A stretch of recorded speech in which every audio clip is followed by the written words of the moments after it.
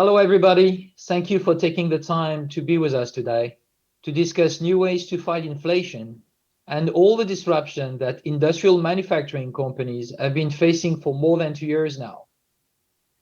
And why not developing significant competitive differentiators that could accelerate growth? My name is Philippe Adam, and I'm the Chief Marketing Officer at Apriori. But before I jump right in the topic, I thought it would be good to give you a quick overview of Apriori.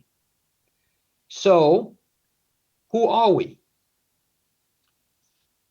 Well, we are a software company that developed a SaaS platform that help our customers creating great products faster, minimizing product costs, CO2 emissions, and more broadly, optimizing product and production impact on sustainability.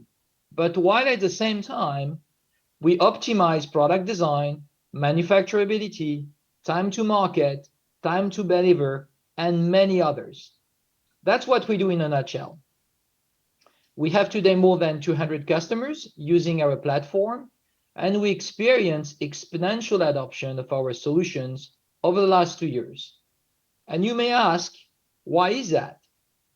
Well, there is not a single discussion with our customers today that is not around one of those four topics.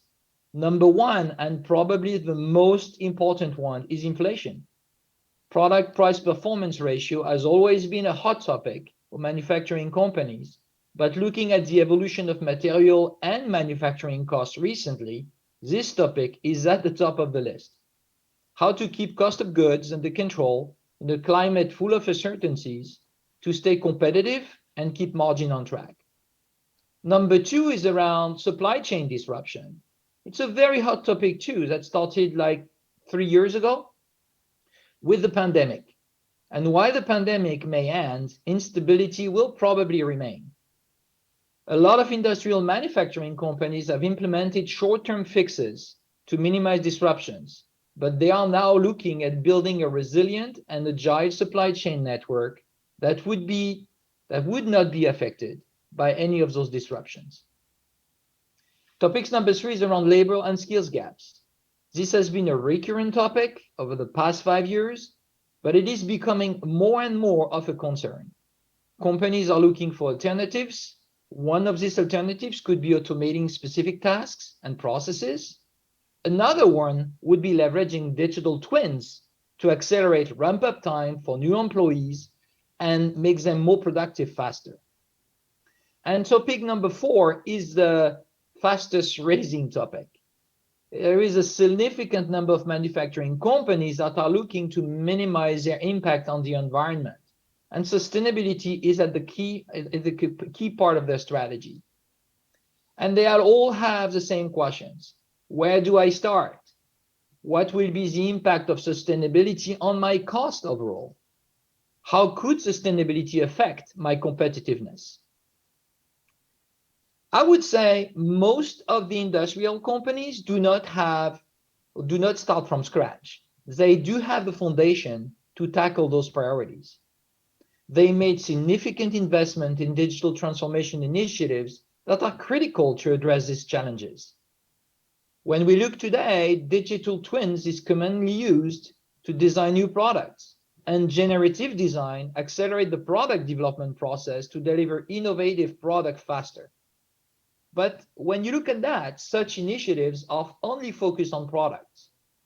What if we would simulate the end-to-end process, not only on product only, but from designing to manufacturing, including supply chain, and then analyze in real time all the product insights, like the cost of the product, total cost of the product, carbon footprint of the product, manufacturability of the product, and of course, identify new alternatives that could improve the product performance ratio related to those insights.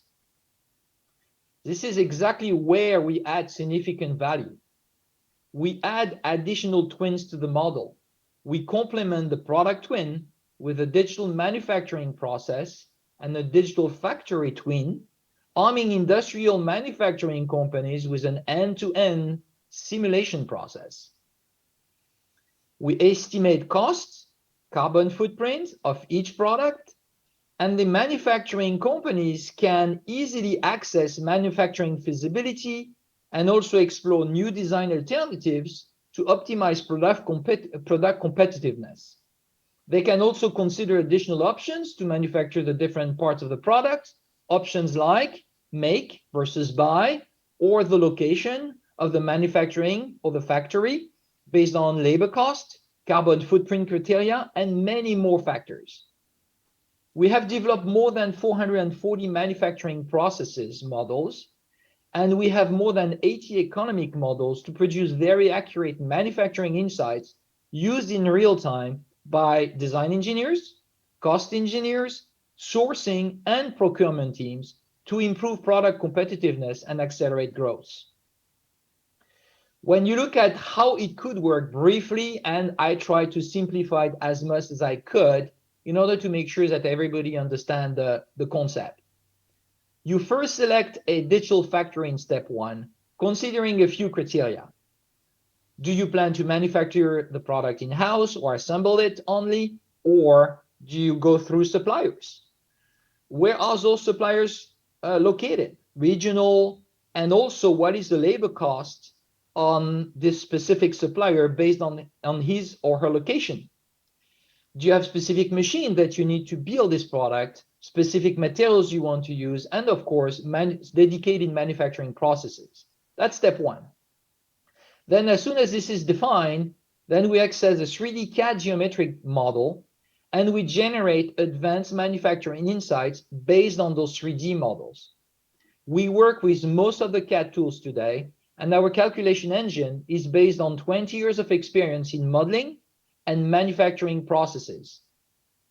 We can analyze a single part or complex assemblies in few seconds. Step three, this is where it starts.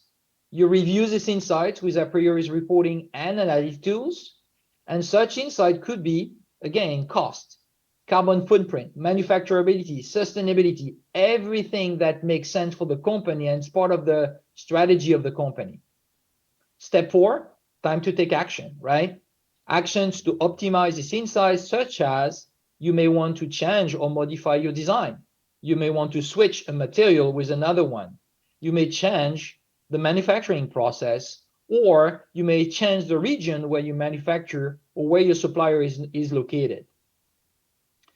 So that's what we do in a nutshell. But when industrial manufacturing companies are standardizing on such process, they are continuously optimizing product design, product cost, manufacturability, and CO2 emissions.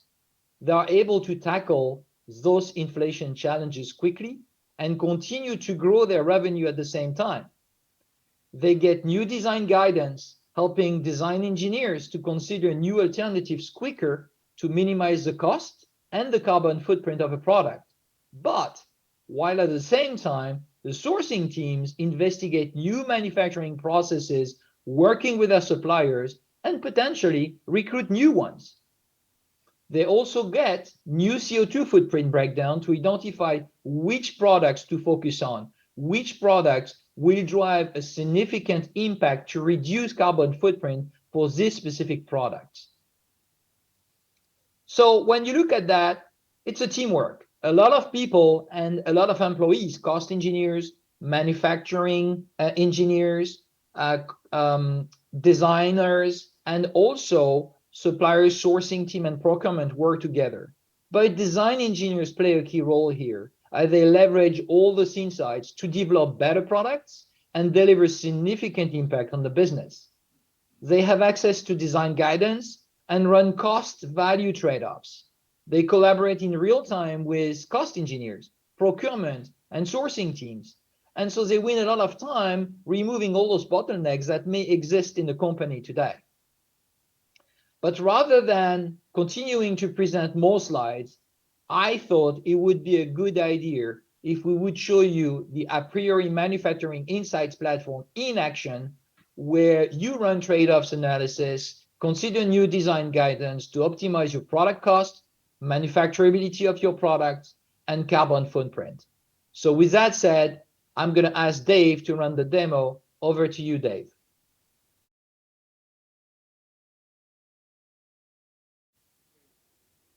Thank you, Philippe. Hi, my name is Dave McDermott. I'm a business consultant with Apriori. And to show you how our customers actually get value from these insights we get from Apriori, I'm going to show you now a vision of the things that we can do given these insights. Okay, so let's begin. The first thing we'll look at is how organizations are using these insights to mitigate disruption by doing what they should be doing anyway, focusing on costs and carbon while innovating. So Apriori provides the most important piece of insight, which is how are we doing against our objectives of these very issues? Component cost, assembly cost, cost of goods sold, carbon, and other targets for the design and development of products like weight, for example. Here we can see a dashboard where Apriori has provided insights to allow me to elevate up to the very important equation. Am I meeting my target costs, my target carbon? And as you can see, the project down the bottom here is red because we're underdeveloping the product but overdeveloping cost. We need to go and fix this early on. The way in which the community interact with this is through email notification.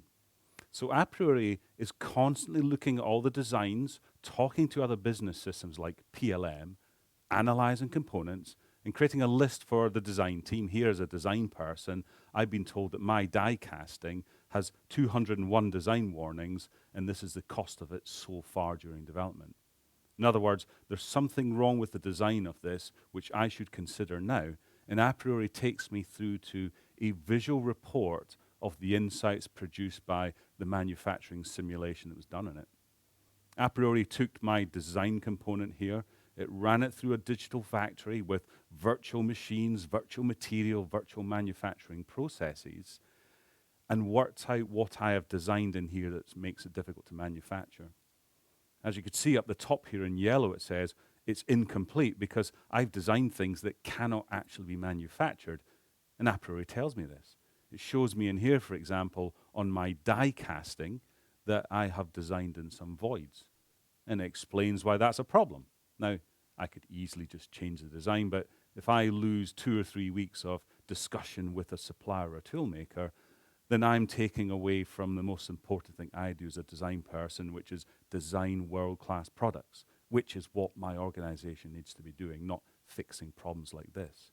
And other problems around not considering the right angle of draft inside the design, so the toolmaker makes decisions on that and I end up with compromised parts or compromised yields in production.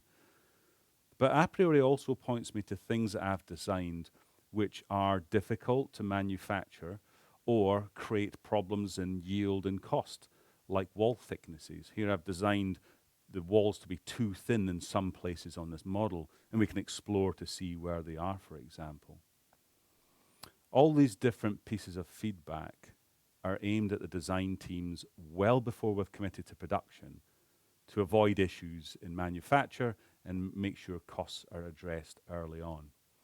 Down the bottom here, it's even telling me where I've designed in features and reading the model-based definition with tolerances in it as well, and telling me that the tolerance I have for this hole is so tight, it's going to have to use a more expensive process than just casting to make that tolerance achievable. But it also tells me where I should be considering changing that tolerance to. What are the limits of feasibility for manufacturability? So now as I design, I'm armed with information about the decisions I've made and then give me guidance on what I could do to make a positive impact on the design.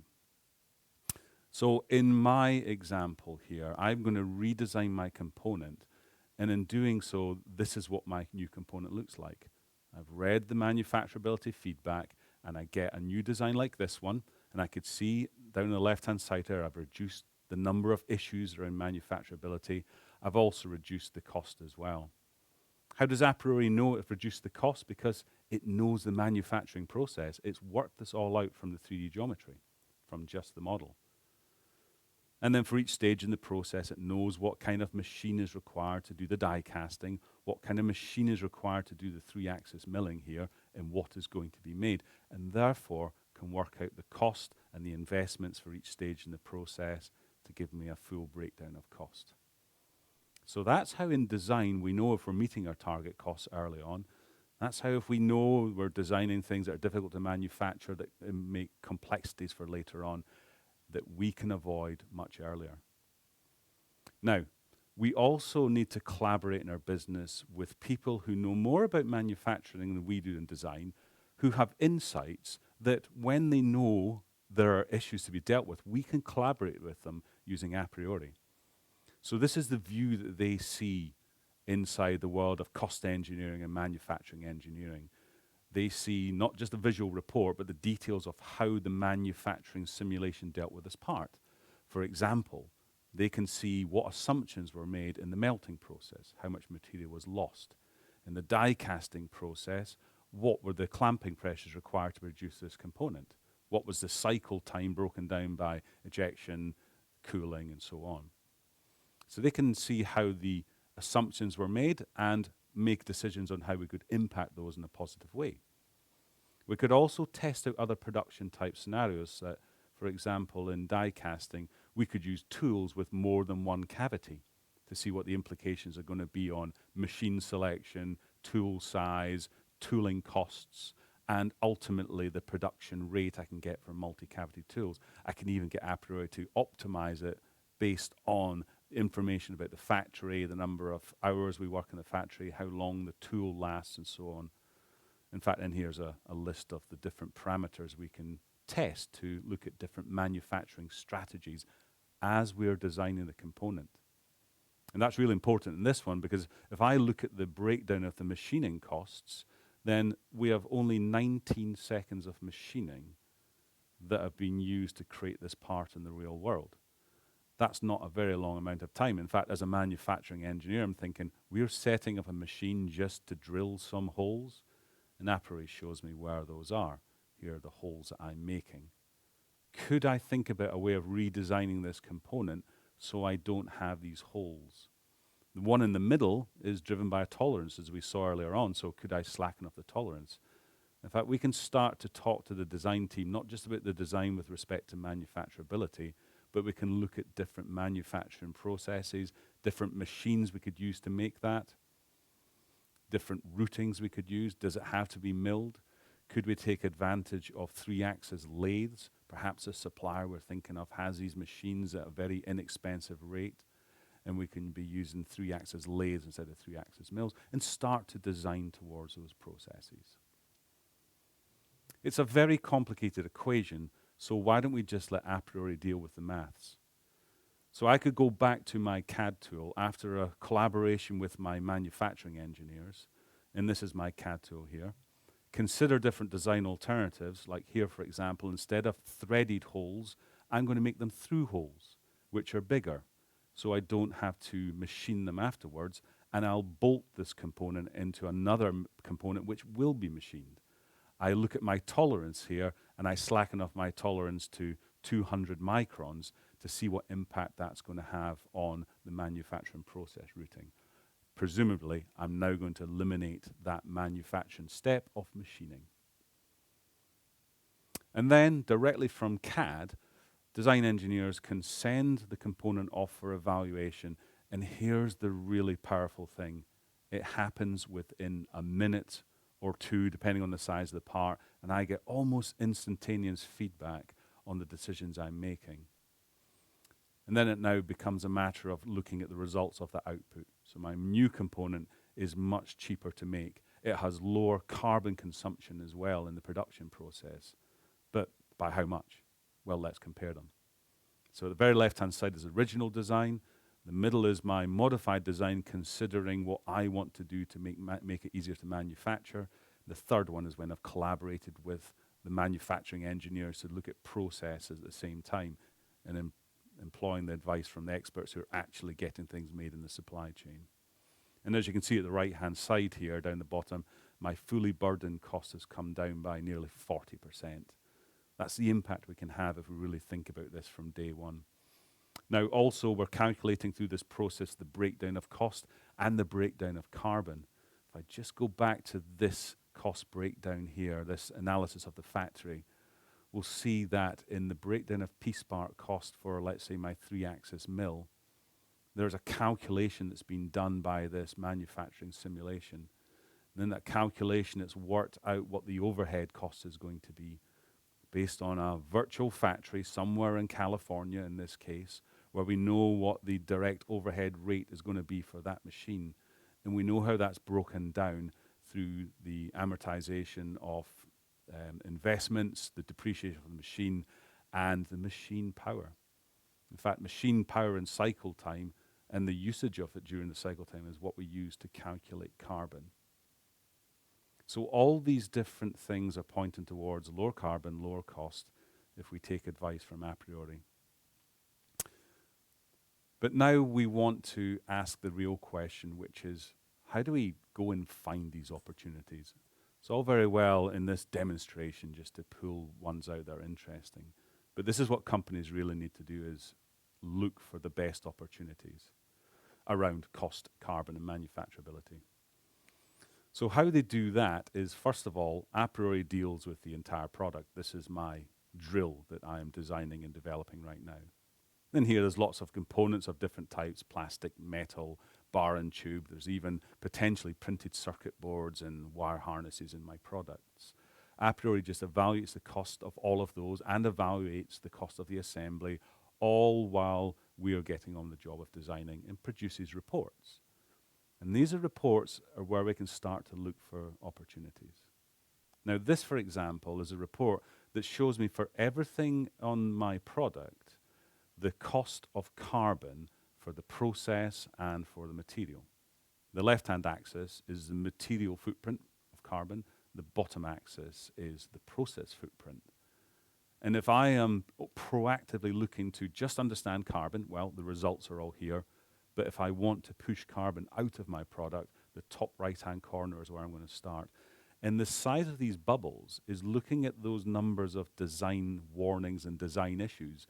In other words, from an opportunistic perspective, the place I begin is the top right-hand box on big bubbles, because they are difficult to make and they consume a lot of process and material carbon.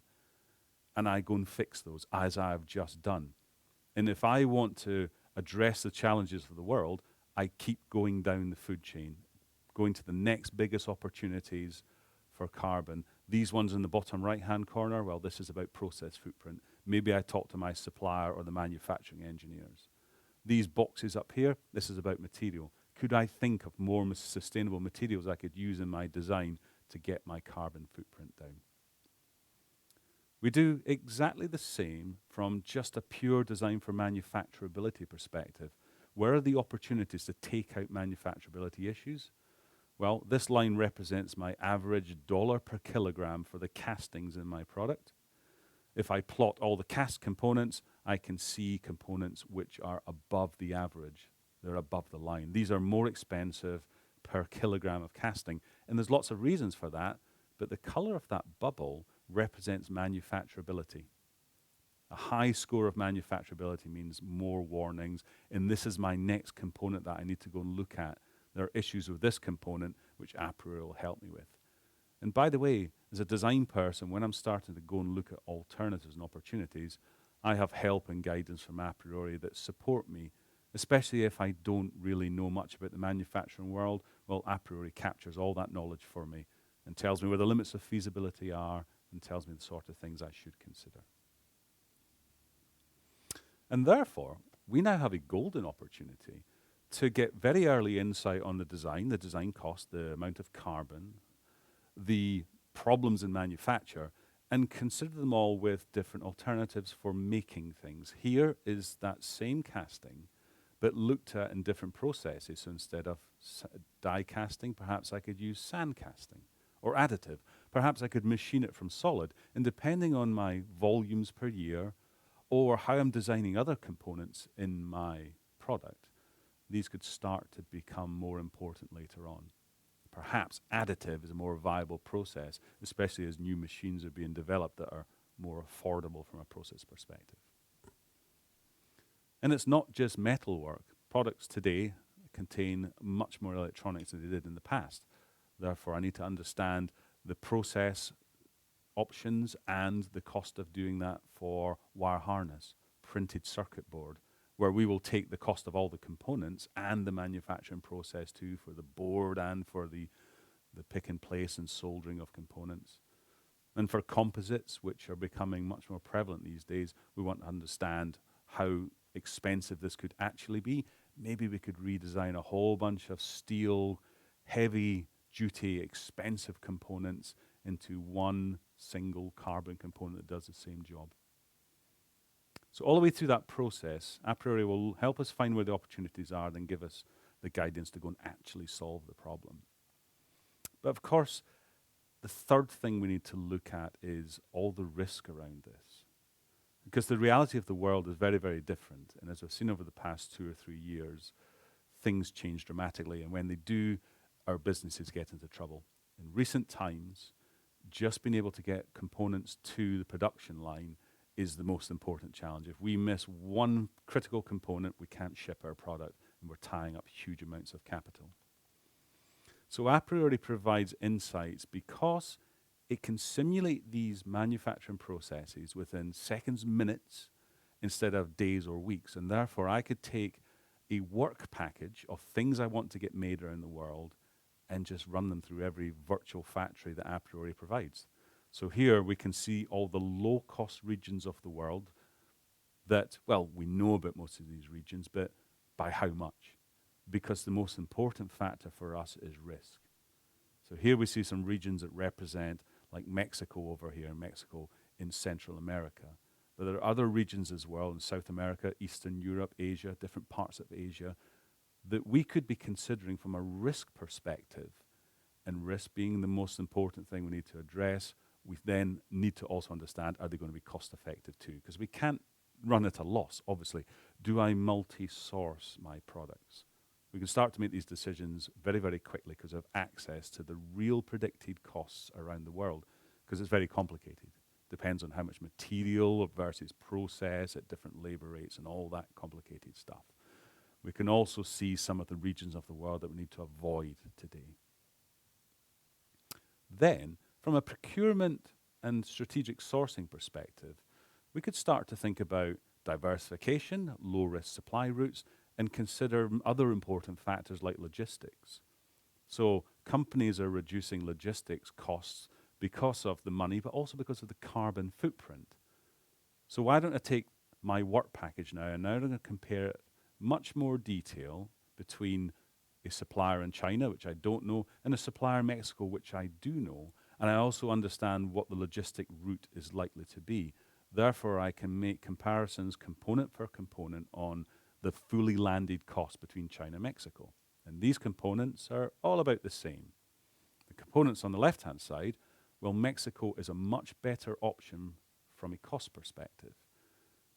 It's because these components over here are high value, small and lightweight, so the logistics cost is very small. Their logistics carbon is relatively small. So it's more effective for me to put these components in that part of the world.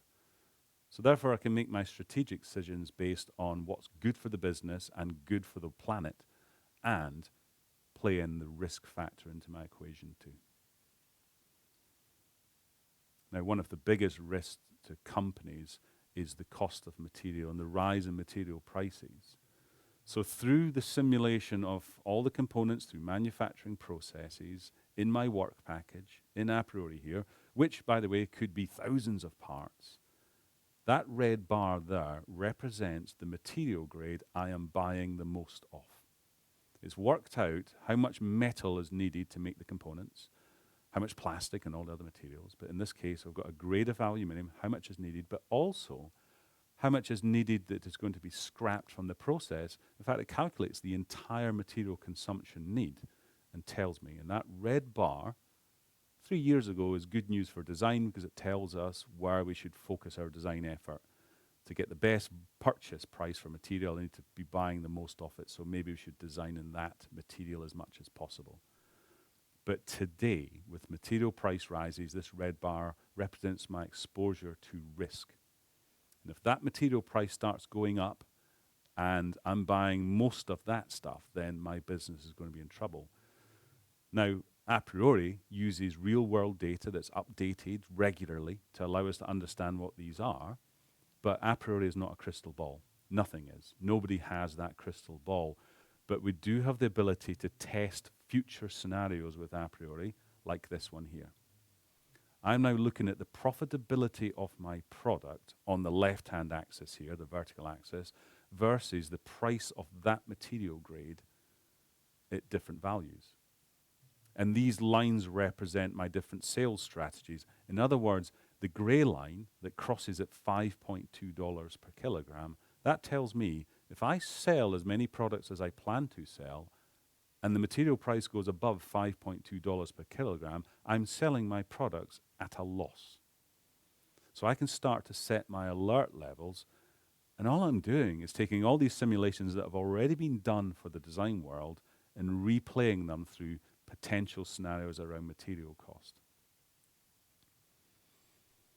And therefore, when it comes to doing the actual procurement, buying these components in the supply chain with the understanding of which direction material costs go, the sensitivity of them, knowing about what the manufacturing process should be, we can align our should costs with our suppliers' actual costs and find out where the differences are. And some of these differences, like at the left-hand side here, of a gap of $110,000 per year between my expected cost and my suppliers. Well, some of those gaps are just because they've not really thought about it, or they are using different material prices, or they're not considering scrap, or maybe they just don't have the best manufacturing process for our components. We just need to find this out now. Early on in the NPI process, as we're evaluating suppliers, we need to know which ones are likely to give us the best value for money. And that's how you can use those insights to identify lower risk strategies that still need to be affordable. We can't just throw money at things. They've got to still work from a business perspective. And therefore, the most important thing ultimately is to be able to continually focus on our business goals. So a priori, as we design components and a priori reads them out, it takes our red values and puts them against target cost. So as I develop components, like in my motor here, as they get designed and the predicted cost is going over my target cost, I know immediately. And I can be very reactive to these kind of situations and deal with them before they become a problem. And then as I fix the problem, I continually track with this blue bar here to make sure I'm doing good. And that's how we know as a business and track consistently and continuously to make sure we are addressing these targets. And when we're not, we have ways of going to address them through manufacturing insights.